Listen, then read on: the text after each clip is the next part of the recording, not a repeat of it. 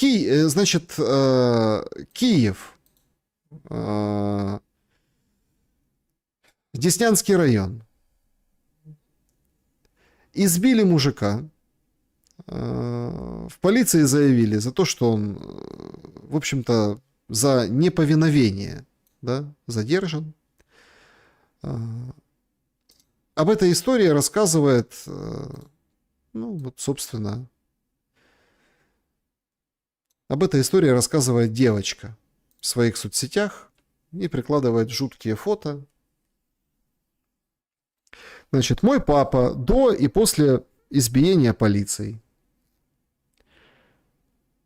Вот она фотографирует и выкладывает там серию сторис. Диагноз у него: ушиб головного, в общем, сотрясение головного мозга, кровоизлияние, перелом глазного яблока, перелом там гайморовой пазухи, мягкие ткани, челюсть с двух сторон. В 5 местах перебита челюсть у папы этой девочки. Написали в протоколе задержания: телесное повреждение, а то, что он там где-то, это он ударился, потому что упал. 5 переломов, травма мозга, это, получается, ссадины, потому что упал. Еще написали, что он не выполнил просьбу остановиться. Не приказ, не как бы требование, а просьбу. Оказывается, за это теперь бьют до кровоизлияния в мозг. Подали они заявление в ГБР, понятное дело, Департамент безопасности. Произвол полицейских в гражданской одежде и оружием в руках. В общем, за это должны нести, собственно, ответственность, пишет эта девочка молоденькая. А потом спрашивают: а что это их с ЦКшниками все путают? Они уже форму не надевают, понимаете? Вот это вот у девочки папу так не остановился. Да? Его сразу отметелили. Кто? Менты. А что останавливали? Причина остановки. Ну, понятно, какая причина остановки, правда? Всем понятно. Причина остановки. Адвокаты, конечно, в шоке со всего происходящего. Вот одна из адвокатов вообще, конечно, прозревает. У них есть, у ТЦКшников, есть конкретные, скажем, пункты в новом законодательстве, которые этой службе ТЦК позволяють избегать ответственности. Я не розумію, що відбувається. Ми виграли суд проти ТЦК. Мене мають зняти з обліку, але ТЦК нічого не робить, бо на період воєнного стану їм начебто дозволили не виконувати рішення суду. То есть, пока военное положение, ТЦК можно не выполнять решение суда. То есть суда. Это означает, что там расследование все провели, все нормально, передали, как бы все в комплексе, все хорошо. Там ГБР, ТЦКшники виноваты. В общем, тут конкретный пример, что вот я уже все отдал, а меня не ставят на учет. А я к ним, а что делать? В суд подаю. Суд говорит: поставьте его на учет. Он там непригоден, он там такой, ну, с такими там проблемами. Доказал. То есть человек выиграл суд. А ТЦК ничего не делают. И это законно. Як це можливо? Річ у тім, що у законі про виконавче провадження дійсно з'явилася цікава норма. Вона зупиняє виконання судових рішень, де боржником є органи військового управління, в тому числі і ТЦК. Вот так вот. Решил суд, что ТЦК там должен что-то сделать или в чем-то виноват. Ты можешь не выполнять это. Почему? Потому что военное положение. Смотрите, а давайте поиграем в буковки. ТЦК и ЦВК. Зеленский в этом аудиосообщении, с которого мы начинали, ответ Трампу, ответ, я готов. Он ждет предложений от законодателей, чтобы не отменять военное положение, а чтобы в рамках военного положения выборы провести. Интересно, а ЦВК во время военного положения будут отвечать за какие-то нарушения? Ну ладно, ЦВК. Вернемся к ТЦК.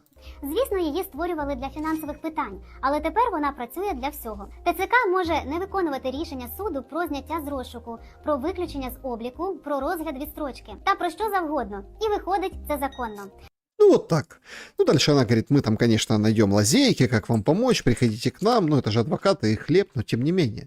Вообще они у нас вторые после Бога стали. Они же, как говорят, ТЦК — это военные. Вот мы военные, мы ВСУ, да?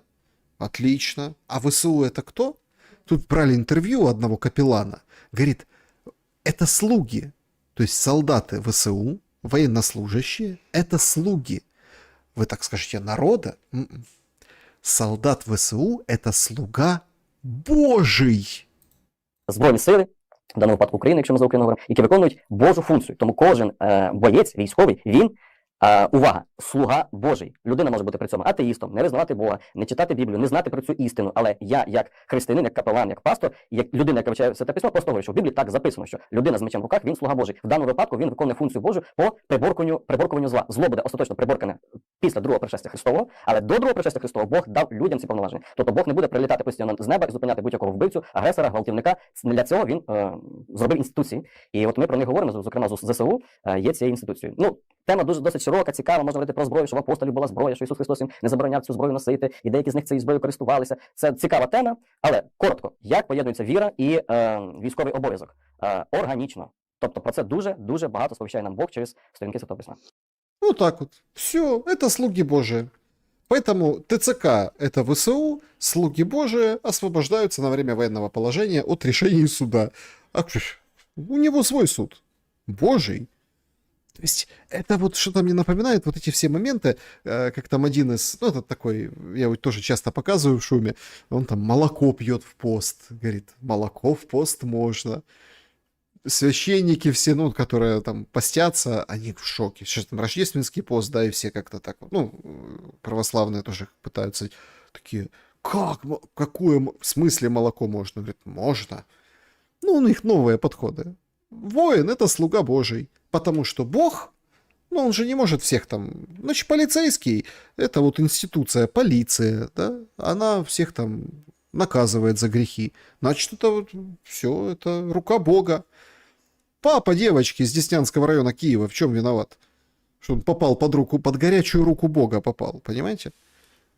Но есть и адекватные люди, еще они остались в Украине. Вот социолог раскладывает, смотрите, говорит, вот эту дилемму ТЦК — это ВСУ, ну, это не дилемму, а вот эту, ну, скажем, формулу, ее невозможно в украинском обществе скрестить. Смысл всего происходящего в чем? Что все говорят, ТЦК — это ВСУ, это означает, что к ТЦК будут, ну, хорошо относиться, да? Ну, вот, хорошо будут относиться, потому что они же ВСУ. А социолог говорит, не, так не работает. Будут плохо к ВСУ относиться из-за ТЦК. Якщо люди зрозуміють, що ТЦК так само Збройні Сили України, вони швидше зненавидять Збройні Сили України, ніж полюблять ТЦК. Тому давайте, от вони різні, ото хай вони і будуть різними. Проблема в тому, що от ці практики, які є, вони не тобто питання в тому, треба повернутися до закону. Якщо в ТЦК почне працювати згідно закону, тоді в нас історій в негативних стане багато менше. Але тут же питання яке? В ТЦК гонять план. ТЦК беруть, проходить комісія за Швейком, ну коли ми знаємо частини, от ви читали, як Швейка, скільки в нас людей, ну Швейка, Швайко. що? Швайко. Это какое-то позорище. То есть социолог, грамотный мужик, говорит, ну вы читали, да? Швейка читали, да? Он говорит, Швайка. Ну, похождение бравого солдата Швейка, Чапика. Так. Чапик из похождений солдата Швейка, бравого солдата Швейка. А она сидит и говорит, это Швайка. Боже мой. Да, от я російською читав, тому я не знаю, як воно правильно українською казати. А что такое? То есть то, что ты, друг мой социолог, все то, что плюс-минус является классикой, что должен, ну, как бы, прочесть хотя бы раз, ну, чтобы ориентироваться. Пускай там кто-то бегает. Я знаю люди, которые там, ну, бегло, но они просто для понимания вещей там, там не вчитываются, цитировать тебе не могут. Условно, даже если ты раз прочитал и забыл, ну, ты как бы ориентируешься. То есть это must-have определенный для определенного поколения прочитать какие-то книги. Но ты же их все по-русски читал. Когда эти книги были русские, ну, на русском языке, при Советском Союзе, там, после Советского Союза. То есть ты по-русски прочитал все то, что сейчас пытаешься на украинском нам принести, социолог. Социолог со смешной бородой.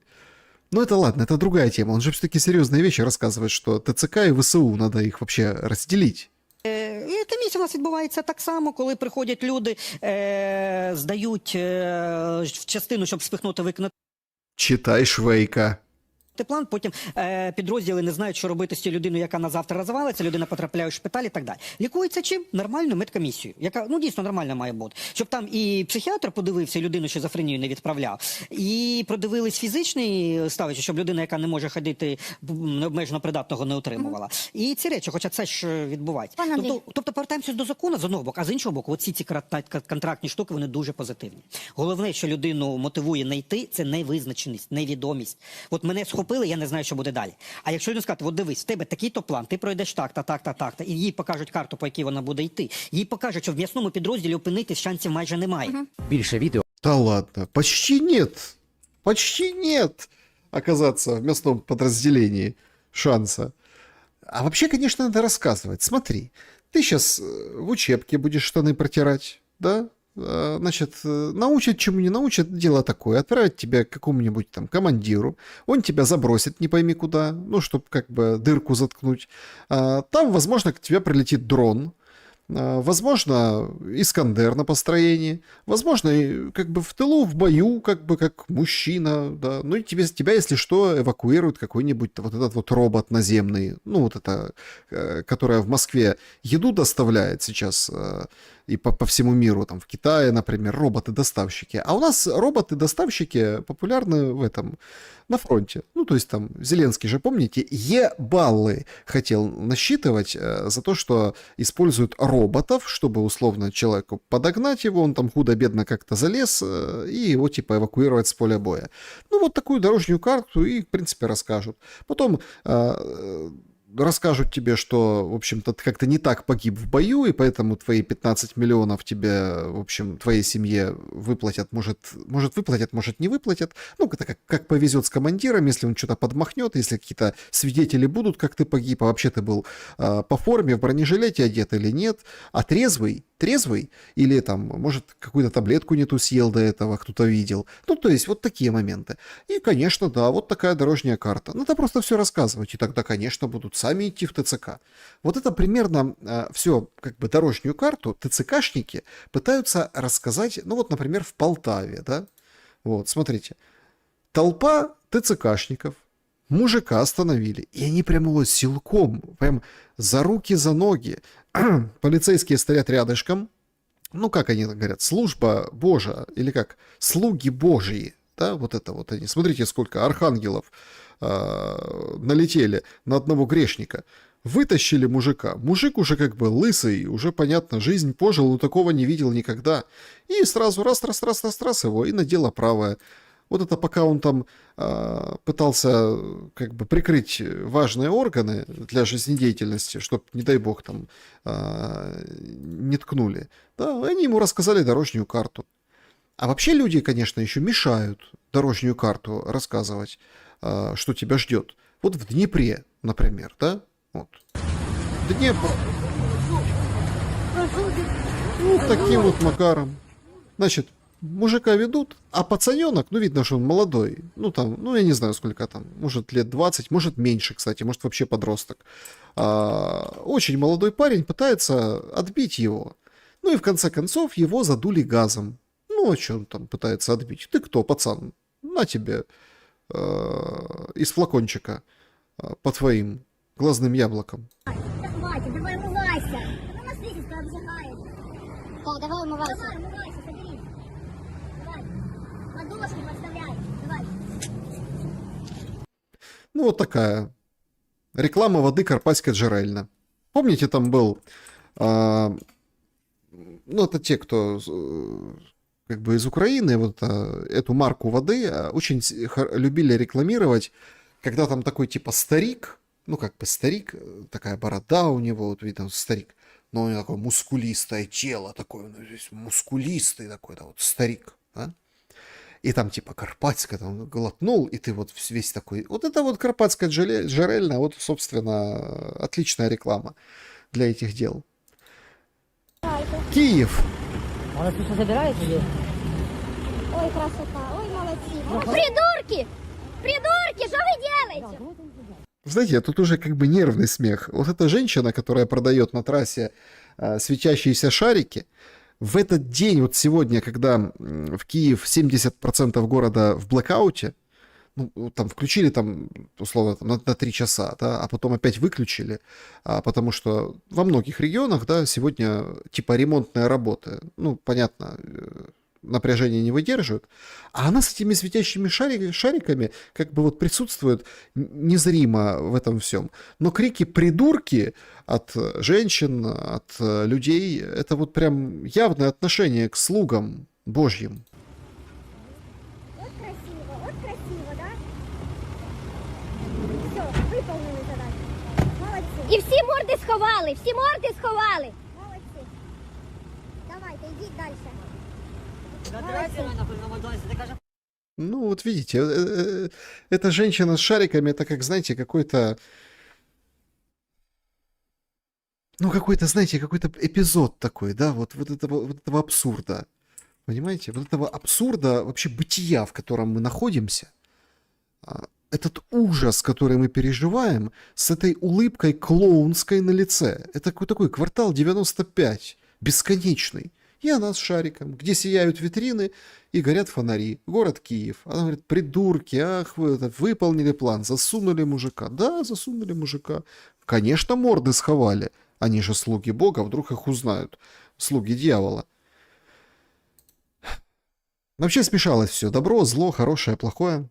Сегодня, кстати, слугу народа в прошлом, теперь депутатку-мажоритарщицу Анну Скороход судили. Избирали меру пресечения. Я абсолютно не погоджуюся з тією казкою, яка викладена в справі. І я прошу, щоб всі люди в Україні бачили, як проходить судове засідання. Категорично наполягаю на публічному розгляді. Значит, это начинается суд, и вот это она, в общем, берет слово и, так сказать, делает заявление для суда, говорит: хочу публичное рассмотрение, чтобы была трансляция прямая, чтобы все могли включить на Ютубе, ну, в общем, чтобы для истории, короче, чтобы это все было максимально публично. Говорит, она меня оклеветали, нарезку сделали, все дела. Прокуратура просила 10,5 миллионов залог или содержание под стражей. Сошлись на 3. 3 миллиона гривен или, в общем, СИЗО. Ну, тут противоречивая пошла информация, потому что одни написали, что прям часа не прошло, и эти 3 миллиона уже внесли. Ну, то есть, чтобы не ехать в СИЗО Анне Скороход. Другие говорят, что эта информация, ну, опровергнута службами, мол, так быстро не получается, только назначили тут же сразу. Ну, в общем, дело такое. То есть Анна Скороход, да, то есть говорит: я хочу публичного рассмотрения. Сошлись тоже где-то посерединке, как и с залогом. В общем, заседание слушания открытое, то есть каждый может, ну, там, понятно, прийти, поприсутствовать, поддержать, но трансляции нет. И в процессе своего выступления, он говорит, меня там обосрали на всю страну.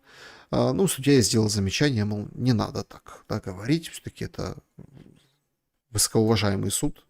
Тому що ті матеріали, які були викладені в соцмережах, а також в мережі інтернет, не відповідають дійсності.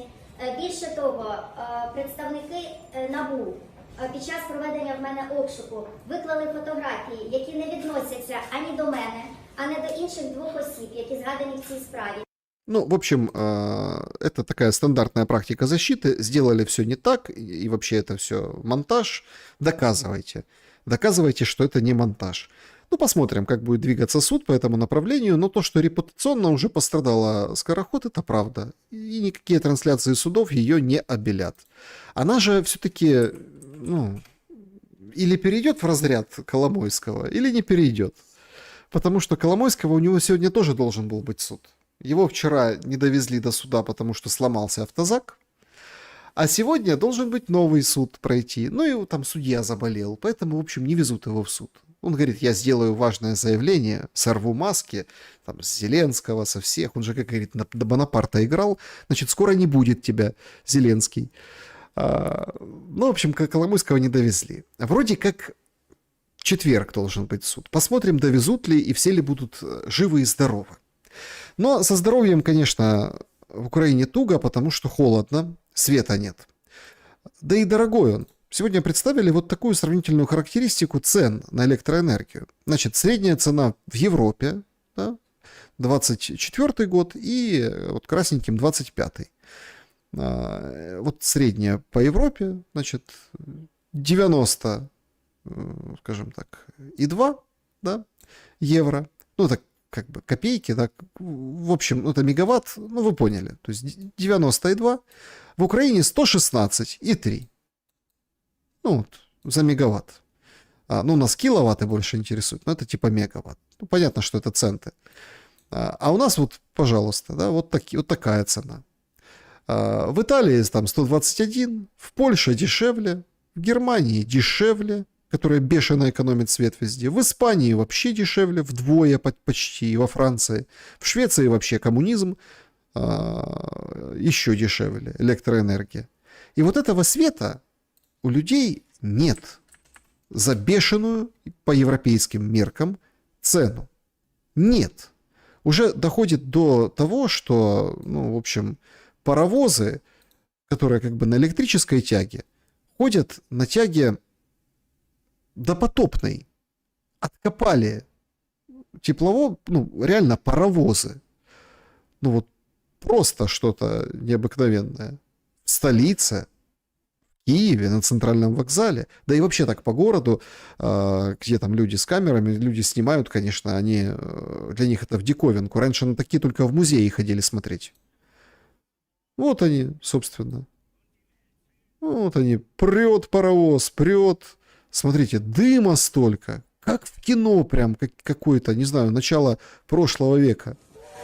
Вот так вот. Дуду, дуду, чух-чух-чух. Понимаете? Вот таким вот макаром. И все как-то так вот это в ТикТоке снимают, люди выкладывают, конечно, поражаются, ничего себе, 21 век, а мы вот на этих федах, ну, в общем, на этих старых моделях ездим. Так а как, если оно работает? Ну как? Оно работает, вот это, света нет, электроэнергия побита, подстанции тягловые тоже. А этот вот нормально, угольку подбросил, топливо засунул, и он прет себе, едет. Война откатывает Украину на столетия назад. Там говорят 50 лет, 100 лет назад. Некоторые говорят вообще в 17 век. Ну так вот это, налицо. Причем есть такой эксперт Харченко. Он говорит, 2-3 удара и все. Каменный век.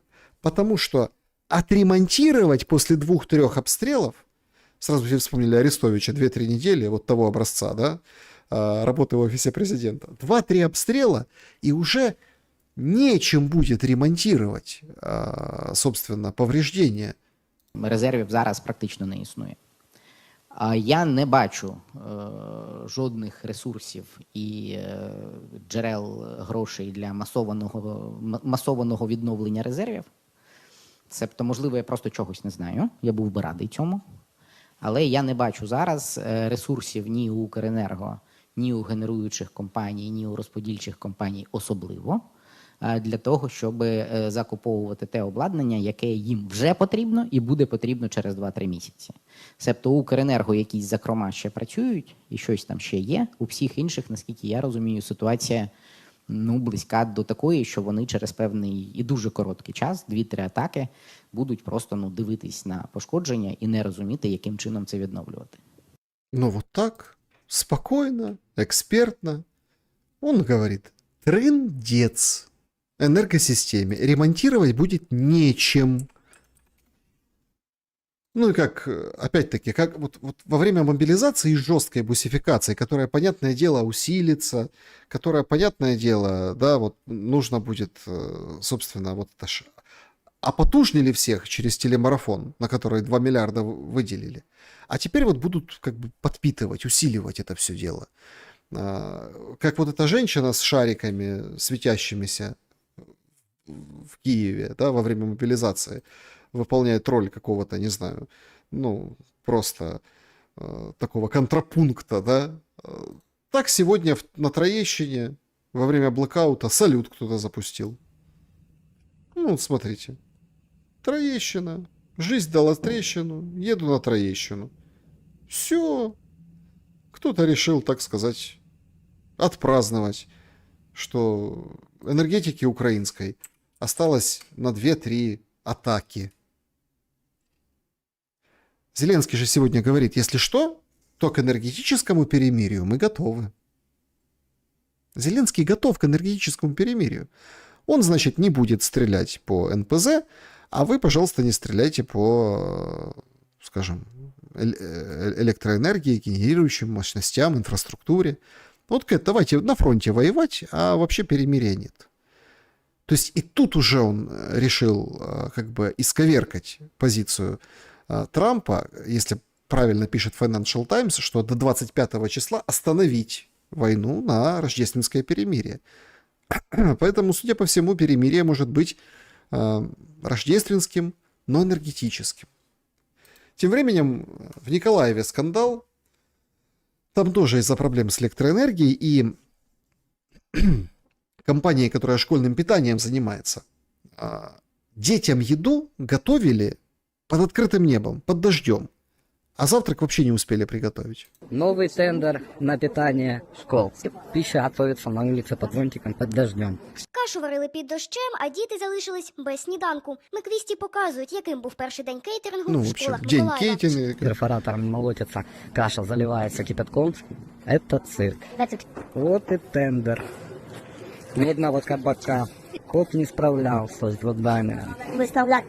Вчора був перший день, коли Просеко 8 мали готувати 27 шкіл, але говорять, що діти залишилися з холодною їжею і Але ця ситуація, да, вчора була вона трошки негативною, причому Это заммэра начинает отвечать. Говорит, да, немножко да. Еще так мне так нравится, как подписывают. Вице-мэр. Ну, то есть они там вообще это отбитые в этом Николаеве. Вице-мэр. Прикольно вообще. Николаевские вести подписывают вице-мэра. Говорит, да, была такая ситуация. вона там була кадрова. То есть причина, не-не-не, смотрите, там дело в кадрах, тут со светом все нормально, генераторы, все. Это проблема просто с, ну, в общем, организационные вопросы. Через те, що люди там ще кинули чи пішли, я щось зв'язано з цим. КОП надіслав їм попередження про, ну, претензії про те, що вони майже зірвали це. Сьогодні КОП тримає це на контролі, і сьогодні другий день, і все поки що добре. то саме форс-мажор стався зі сторони Просеко 8, вони не були готові. Так, там я так зрозумів, що декілька людей сказали, що не вийдуть на роботу. Вчора ви, я так розумію, дивилися, як відбувається саме технологічний процес підготовки харчування, так? Цим питанням займався КОП, тож він замовник даної послуги. От, і вони там займалися технологічно. Тому що також попадаються відео, що готують їжу прямо на вулицях. Наскільки вам це відомо?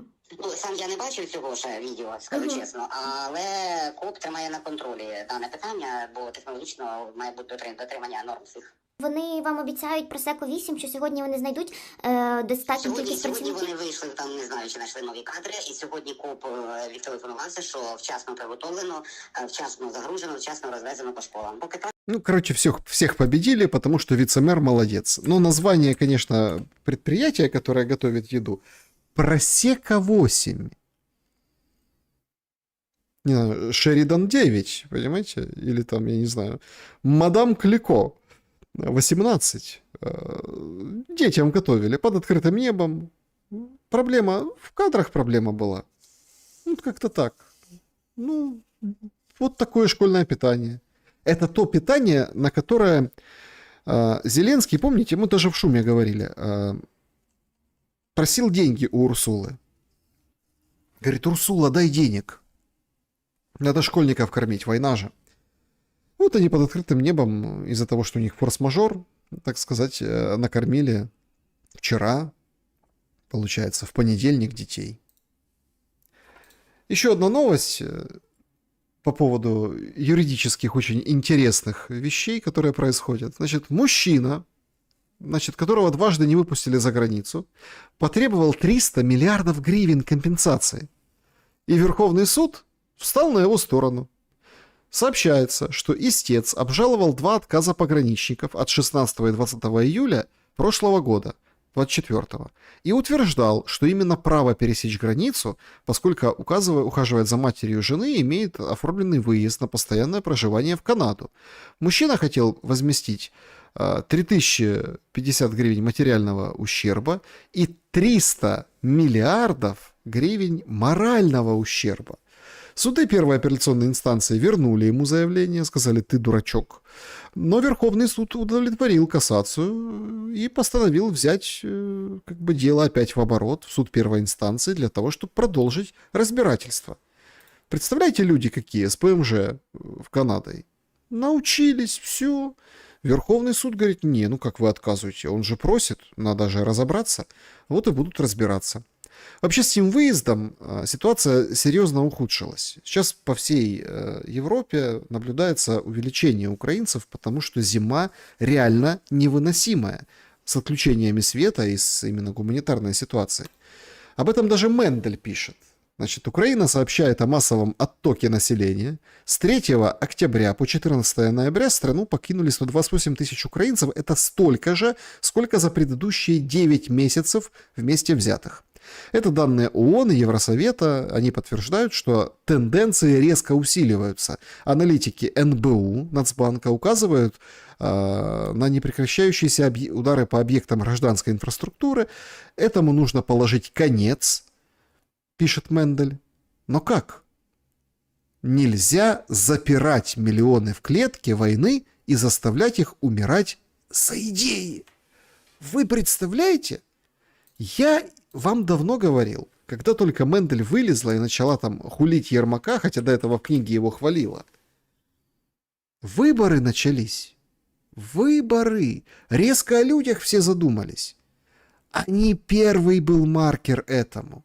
Кулеба этот смешной, как там с женой на Монатике, да, который там разглагольствует о том, что ой, хорошо, у нас Киев не взяли, поэтому мы вообще молодцы в историческом смысле, а так постоянно Москва Киев берет, и, в общем, ничего не происходит. Они уже все они в курсе. Надо, значит, перестать заставлять людей умирать за идеи и, в общем, всех выпустить за границу. И нормально. Вот такая хорошая программа. Голосуй. Зеленский, интересно, пообещает это своей компании, если пойдет на второй срок выборов? Он же говорит: я готов, но готов я пойду. Ну так иди, сходи, Зеленский, так и скажи: я открою границы. А сейчас спросят: а что ты до этого, до выборов не открывал? Ну как, почему? Потому что надо, чтобы вы проголосовали и переизбрали. Вообще ситуация бедственная в Украине. Тут на очередной панели, очередном собрании цифра засветилась, что украинцы, большинство украинцев, экономят на еде, щоб купити себе таблетки. 9% українців економлять на інших товарах, щоб купити ліки. І 51% українців економлять на їжі, щоб купити ліки. І переважна більшість серед них – це пенсіонери. Старші люди – найбільш вразлива група, 62% людей 60+, економлять на харчуванні повністю для того, щоб користуватися ліками. 94% українців, майже 100, відчули подорожчання ліків. Ну, в общем, это данные. А в каком контексте сказаны? Ну, в контексте там украинских производителей лекарств. Это, в общем, руководительница совета директоров Дарницы, фармкомпания «Загори», и вот она оперирует такими цифрами. Как у таких людей выиграть выборы? Ну, конечно, что-то дать, и ты выиграешь выборы. Вот Зеленский дает. Зеленский чекап обещает на следующий год бесплатный. Зеленский, в общем-то, дает. зимнюю 1000 тебе дает. Конечно, он готов к выборам, у него все заряжено. Врачам, учителям зарплаты, зимняя 1000, помощь многодетным там по 6,5. Конечно. Вот и выберут Зеленского, он уверен в себе. Более чем. Но ключевая махинация всех этих телодвижений по выборам наверняка будет с количеством людей и с количеством проголосовавших.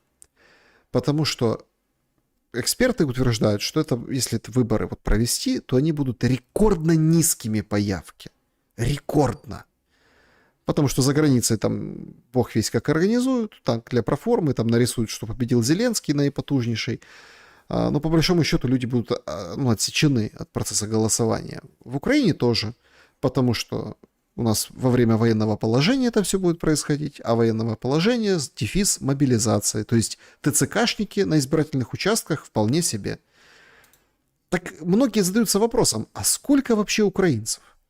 И тут потужный директор потужной одной из агрокомпаний открыл всем глаза. Слушайте, что это вы говорите, что украинцев так мало? Нормально. Их 35-32 мільйона. Представляєте? Да, як же ж порахувати, скільки реально людей залишилось в Україні? Є насправді супертрастовий інструмент. Це хліб. Адже кількість хлібу, яку з'їдає один громадянин, одна людина, вона в межах квартала або в межах року насправді суперстабільна. Да, є якісь звички, які змінюються, да, умовно там колись їдять більше чорного або десь їдять там більше тостового хліба, але якщо міряти кількістю борошна, кількістю хліба, то це суперсталі цифри. І хлібники разом з борошномелами, насправді в більшій частині хлібники, порахували цю офіційну статистику. Вони кажуть, що -8, але -8 від чого? Вони кажуть, що все дуже просто, та ось є дійсно дуже схоже на правду, що 41 мільйон, да, був у нас станом на початок 22-го року. От, і зараз ми бачимо -8. Тобто зараз оцінка десь 32-33 мільйона людей у нас з вами проживає в Україні. Ну так вот, 32 миллиона в Украине человек. Это он по хлебу посчитал. Понятно, что это очень потужные цифры, понятно, что гораздо меньше, но хочется же верить, что живешь в большой стране, что их 32 миллиона. Ну, вот правильно, 10 выехало, хлеба не едят в Украине, а все остальные едят. А сколько из них ест только хлеб? Об этом история умалчивает. Видео, которое мне прислали на предложку, в рубрику «Колобок, куда мы катимся», которое пробирает по теме хлеба до, ну вот прям до слез. Донбасс. Линия боевого соприкосновения. Дело не в перспективе, дело в том, что надо выезжать просто. Я знаю. Но надо было выезжать, наверное, 4 года назад, когда все начиналось. Волонтер встречает бабушку, которая с клунками, там, с какими-то пожитками, что-то ездит, собирает. Говорит, ну что не выезжаешь? Ну надо было раньше выезжать. Погнали. Умные люди все выехали. Но я никогда не думала, понимаете? Я понимаю, может Я- помочь. Как вам помочь, Ну, скажите? как помочь? Никак. Пока никак. Ну, мы еще увидим. Надо только ваше желание, и все. Желание это одно. Я приеду куда? В Краматорск на платформу или в Лозовую на платформу? А дальше что? Эти покосившиеся кресты, конечно, на церкви, это особый антураж придает. Хлеб надо? Хлеб надо? Хлеб? Да. Ну, если есть... Есть, возьмите у меня. Берите быстрее в рюкзаки. Берите, открывайте, берите. Так а как я его? И гудят, слышите, дроны. Там открывайте отделение, бля, там, видите, над нами что-то А не летит. бойтесь никого, вы не При чем тут это, хоть Ну, ему волонтер говорит, да не бойся, говорит. Ну, это там нормальный дрон, ну все нормально. муж, хоть зять, хоть сват. будет. Сейчас. Берите себе Вас буханочку сам хлеба, Бог берите. послал, сам Берите, Бог. берите, берите. Берите две, вон, берите две, берите. Открыла. Ой, боже, я, наверное, Есть там хлеб? Да хлеб-то есть, только как добраться Да до берите него? его руками просто, и Так все. а как же? Ага, батон. Все, есть. нашли, берите, Один, берите, берите. два можно, Берите да? два, да. Ой, Лысенька, где вы его взяли? Купил в магазине, привез людям, где еще? А где? У меня же нет магазина. Так я не отсюда, я приехал, я волонтер, я откуда? людей вывожу. А, Я же вам поэтому и предлагаю выехать. а можно тогда еще один? Я Берите, берите, берите, быстрее и это, А, и всё. куда-то во дворы давайте, чтобы не стоять тут на этом, Ладно. на открытой местности, Спасибо. поняли? Всё.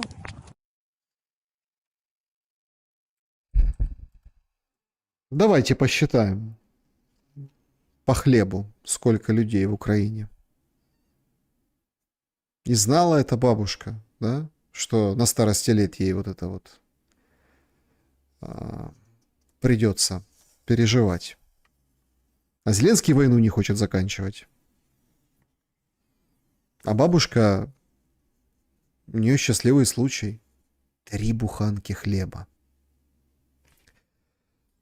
Вот такой шум, дорогие друзья. Вот так, собственно, все и происходит. Давайте подведем итоги нашего сегодняшнего голосования. Всем, кстати, большое спасибо за поддержку, за то, что Владимир, да, спасибо большое за то, что поддерживаете, за то, что ставите лайки и, конечно, пишите хорошие, добрые комментарии во время эфира и после эфира, и в записи. Кстати, играете в игру в города, пишите, откуда вы. Готов ли Зеленский к выборам? Значит, 13% да, потому что на них не пойдет. 15% конечно, все зачищены. 31% нет, он блефует, без Алибабы никак. Ну и 41% плевать, готов, не готов. США сказали, будут выборы. А раз США сказали, ну так значит выборы будут. Вот такая, собственно, история. Значит, пока мы с вами шумим, летит табун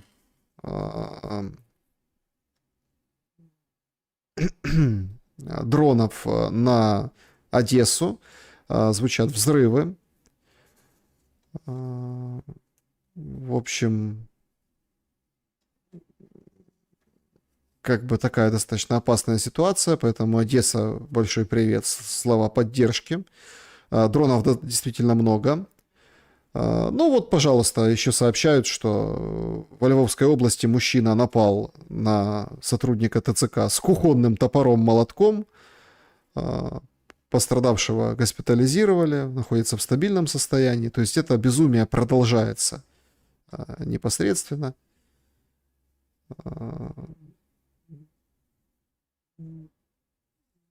По поводу офиса президента тоже из расшифровок.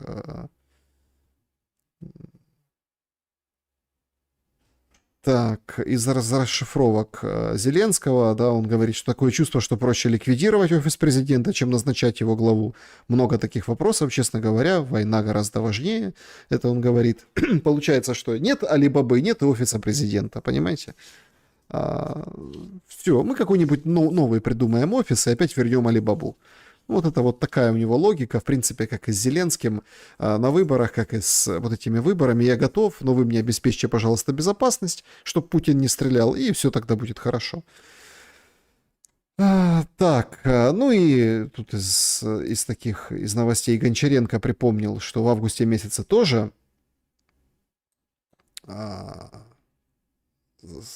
значит,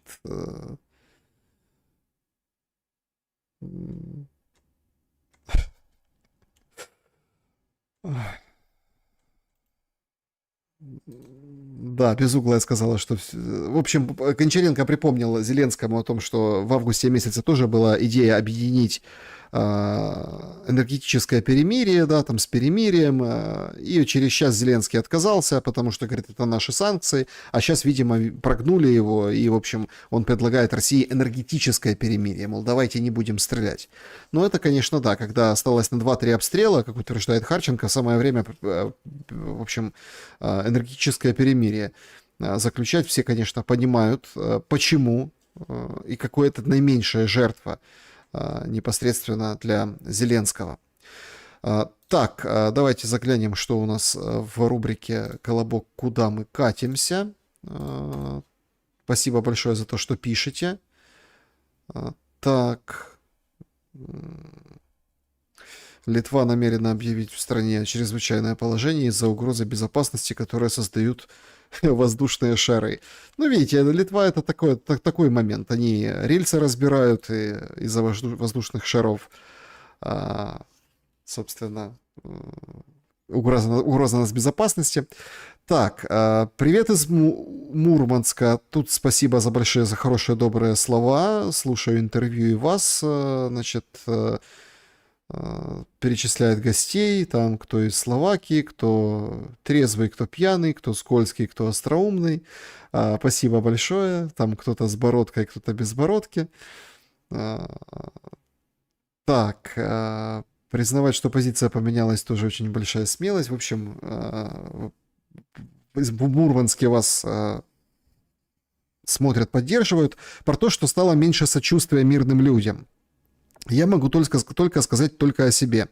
Нет, у меня не меньше стало сочувствия, но со временем я стала видеть больше «отбитых», в кавычках, украинцев. Даже те, кто приехал к нам, они же до мозга костей пропитаны вот этой жаждой кого-то обмануть, нажать на жалость, прослезиться, получить наживу и из-под тишка ненавидеть, завидовать, сплетничать и просто иссыхать от злобы за спиной своего благодетеля. Это же ужасно. Да, я по-прежнему переживаю за людей, которые подвергаются войне, но такие родственники, братский народ, мне совсем не нужны. Вот вообще как-то так. Спасибо за эфир и эмоции.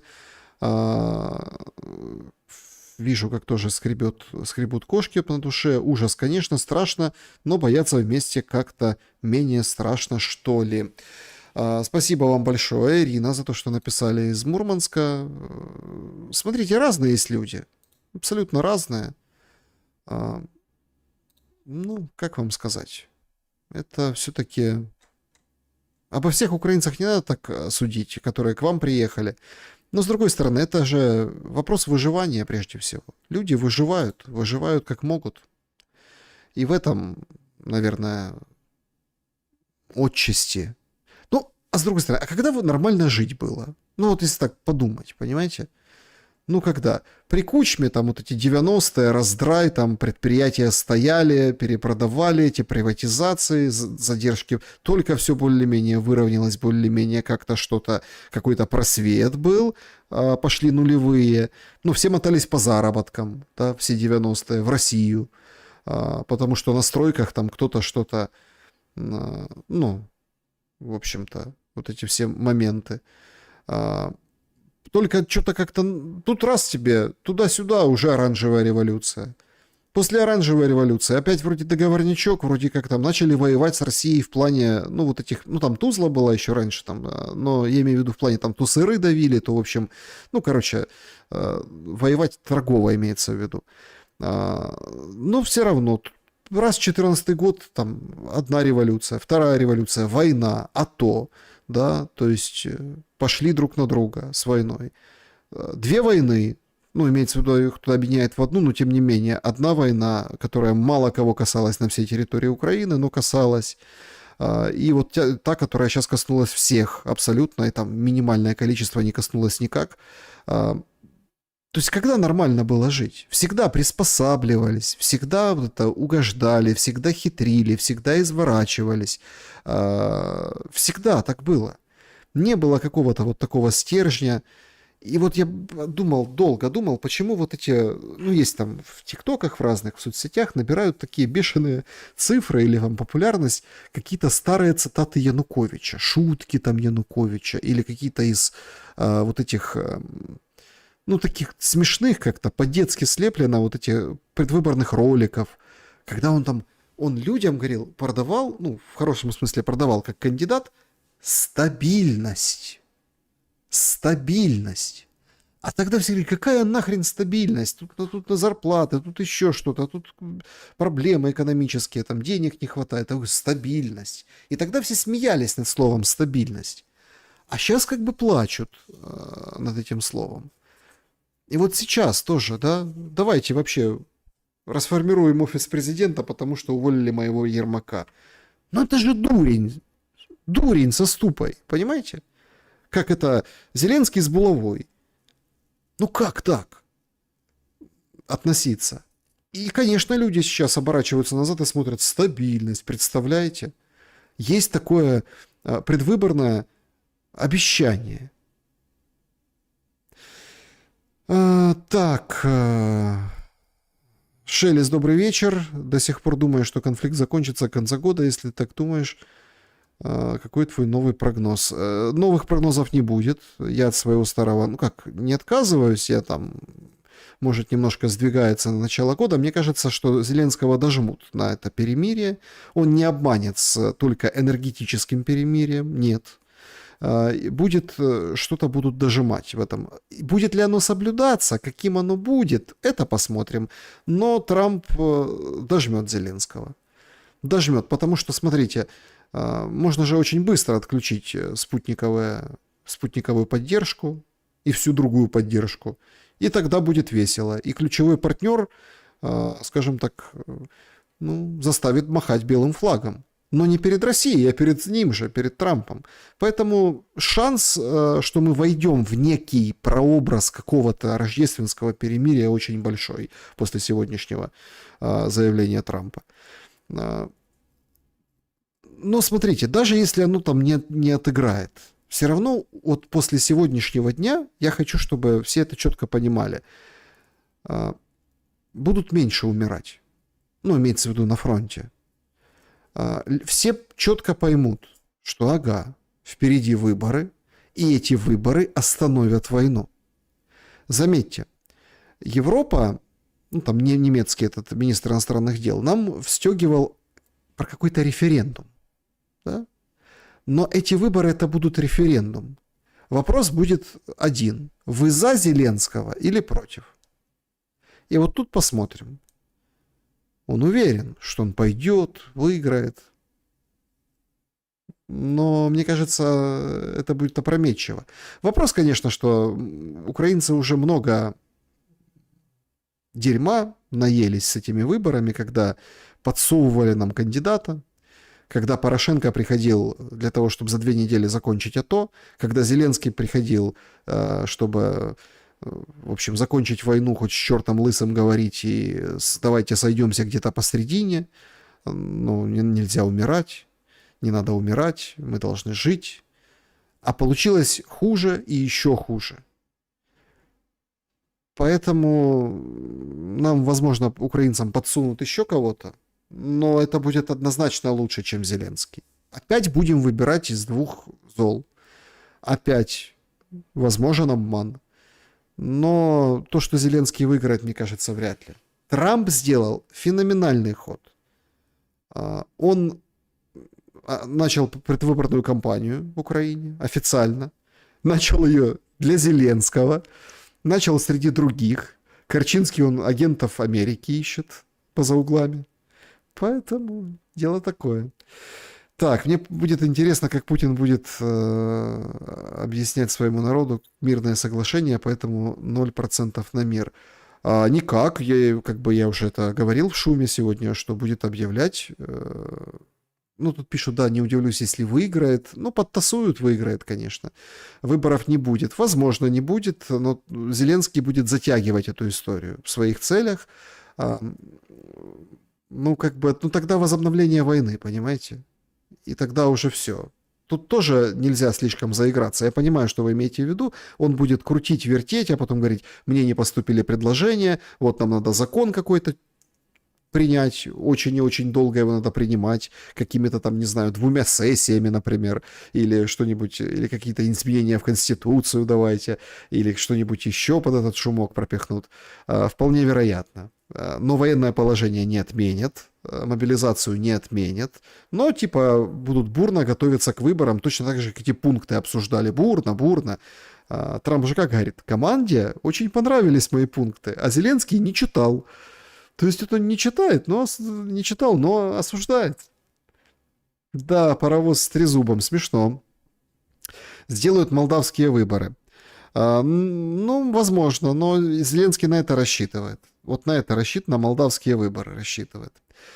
Я тоже из Хабаровского края, тоже вынужден экономить на еде. Пенсии на все не хватает. Увы, Виталий пишет из Хабаровского края.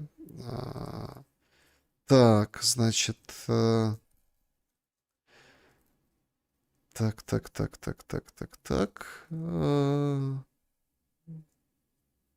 Заблокирую спамера какого-то. Пока не увидел какого-то спамера. Голд какой-то. Непонятно, что за голд.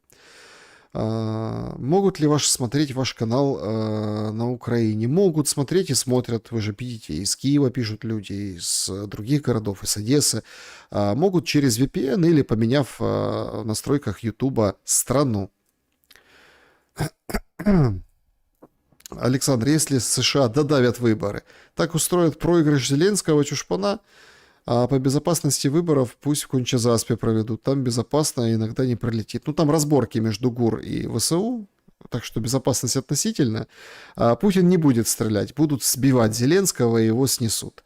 Но, вы знаете, это, в принципе, укладывается и в эту логику, что, условно, я вот такой был мощный, такой хороший, но вы меня второй раз не выбрали, поэтому сами виноваты. Вот так.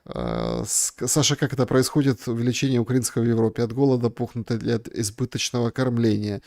Нет, бегут, выезжают. Те, кто остается, выезжают за границу в Европе.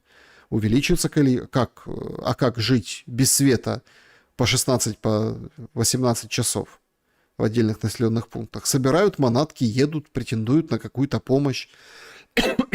Да, уже не так активно помогают, но хоть как-то. Так. Белгород, да. Потужный бонефтик. Александр, когда с Дианой Панченко будет диалог? Очень скоро. Очень скоро. У нас уговор с ней, что беседу проведем в первый день бегства Зеленского. Я думаю, очень скоро. Я думаю, что выборов не будет. Права там наша пользовательница, которая там все как бы вывернется. Подскажите, пожалуйста, знаете, где Елена Лукаш? Вроде как в Киеве, ребенка родила. Ну, это как личные подробности. Ну, в общем, это такие, это, ну, просто там обсуждали с кем-то. Все вроде нормально у нее. Так. А что, найдутся те, которые скажут, что второй раз не выбрали? Может, и найдутся. На Урале 2 часа 41 минута. Я Банькин работал, но эфир, как всегда, достоин посмотреть. Спасибо большое. Спасибо вам большое. И спасибо большое за то, что пишете, за то, что присоединяетесь. Значит, никто из Краматорска не бежит, 53 тысячи жителей. Ну, смотрите, участились выезды, самостоятельные выезды, и даже губернатор, назначенный Зеленским, якобы там в узких кругах, это так передают волонтерам, там вот этим, ну, приближенным, говорит, надо выезжать из Донецкой области, потому что, судя по всему, так, хоть тушкой, хоть чучелом, хоть с боями, хоть без боев, Донецкую область сдадут. Это решение уже как бы принято. Так, друзья, всем большое спасибо за то, что посмотрели, за то, что поставили лайк, за то, что побывали на сегодняшнем эфире. Очень благодарен всем за компанию. Начинаем выборы. Без того, чтобы окончить войну. Ну, такого поворота ждали мы долго, ровно с мая прошлого года, когда Зеленский, у него закончился срок. Посмотрим, куда вывернет. Берегите себя и друг друга. Добра и света!